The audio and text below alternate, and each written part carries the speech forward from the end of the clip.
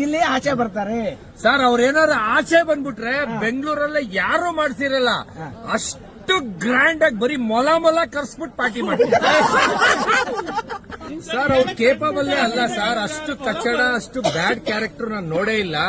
ಅಂದ್ರೆ ಅಲ್ಲಿ ನಾವು ಗುಡ್ ಇದ್ರೆ ಅಲ್ಲಿ ವಿನ್ ಆಗ್ತಾರೆ ಅಂತ ನಾವು ಅನ್ಕೊಂಡಿರ್ತೀವಿ. ಅಂದ್ರೆ ಅಲ್ಲಿ ಗುಡ್ ಎಲ್ಲ ಬ್ಯಾಡ್ಗೆನೆ ವ್ಯಾಲ್ಯೂ ಕೊಡೋದು ಅಂತ ಪ್ರೂವ್ ಮಾಡ್ಬಿಟ್ರು. ಯಾಕಂದ್ರೆ ಒಳಗಡೆ ಇದ್ದು ನಾನು ಅಷ್ಟು ಅನುಭವಿಸ್ಬಿಟ್ಟಿದ್ದೀನಿ.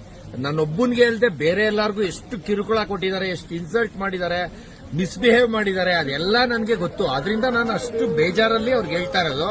ಅಂತವ್ರನ್ನ ಇನ್ನೂ ಒಳಗಿಡ್ಸ್ಕೊಂಡಿದಾರಲ್ಲ, ಒಳ್ಳೆಯವ್ರನ್ನ ಆಚೆ ಆಗ್ತಾ ಇದಾರೆ, ಮಾಳು ಅಂತವ್ರನ್ನ, ಆಮೇಲೆ ಎಷ್ಟು ಒಳ್ಳೊಳ್ಳೆಯವ್ರನ್ನ ಆಚೆ ಆಗ್ತಾ ಇದಾರೆ.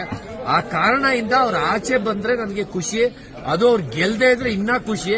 ಆದ್ರೆ ಆಚೆ ಬಂದ್ರೆ ಮಾತ್ರ ಸರ್ ರೆಕಾರ್ಡ್ ಬ್ರೇಕ್ ಪಾರ್ಟಿ ಕೊಡಿಸ್ತೀವಿ ಸರ್. ರನ್ನರ್ ಅಪ್ ಆದ್ರೆ ಏನ್ ಮಾಡ್ತೀರಾ? ರನ್ನರ್ ಅಪ್ ಆದ್ರೆ ಲೆಕ್ಕಕ್ಕಿಲ್ಲ ಸರ್, ಫಸ್ಟ್ ಗೆಲ್ಬಾರ್ದು ಅಷ್ಟೇ. ನಂಗೆ ಅಷ್ಟೇ ಎಲಿಮಿನೇಷನ್ ಆಗ್ಬೇಕು ಈ ವಾರದಲ್ಲಿ. ಈ ವಾರ ಎಲಿಮಿನೇಷನ್ ಆದ್ರೆ ಬೆಂಗಳೂರಲ್ಲೇ ಯಾರು ಪಾರ್ಟಿ ಕೊಡಿಸ್ತಿರಲ್ಲ, ಆ ಲೆವೆಲ್ ಪಾರ್ಟಿ ಕೊಡಿಸ್ತೀವಿ.